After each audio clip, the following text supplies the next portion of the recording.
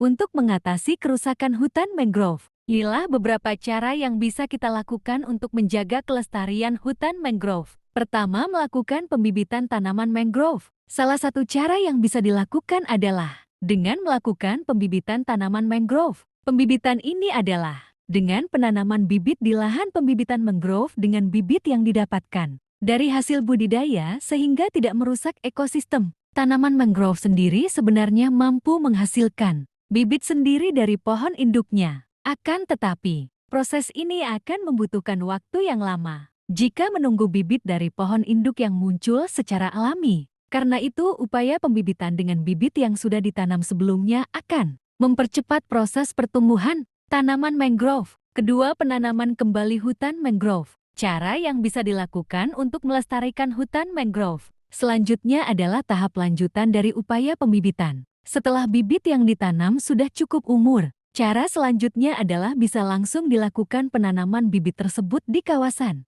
hutan mangrove. Peran manusia sangat penting, karena tanpa bantuan manusia, proses penanaman kembali sebagai upaya pelestarian ini tidak akan bisa berhasil. Ketiga, memperbaiki lingkungan sekitar hutan. Kerusakan hutan mangrove tidak hanya disebabkan oleh berkurangnya pohon mangrove, akan tetapi kerusakan hutan mangrove disebabkan karena polusi air maupun polusi tanah yang berasal dari manusia. Kerusakan akibat polusi air dan tanah tidak hanya berdampak pada pohon mangrove saja. Terdapat ikan, kepiting, udang, dan berbagai jenis hewan lain yang mendapatkan makanan dari perairan di sekitar hutan mangrove yang juga ikut terkena dampaknya. Ketika lingkungan hutan mangrove sudah tercemar, maka akan berpengaruh pada ekosistem hutan mangrove tersebut, baik itu pohon mangrove maupun hewan yang ada. Salah satu upaya yang bisa kita lakukan adalah dengan mengatasi polusi yang menyebabkan kerusakan tersebut.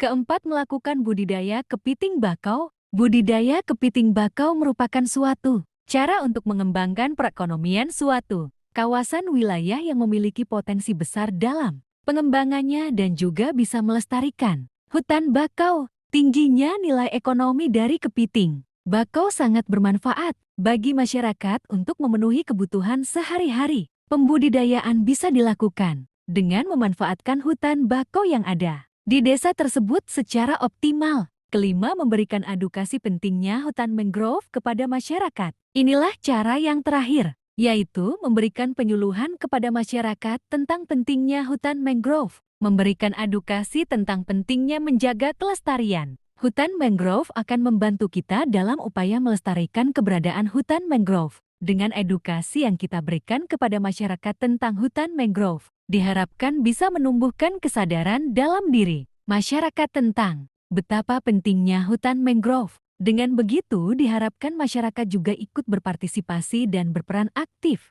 dalam upaya pelestarian hutan mangrove.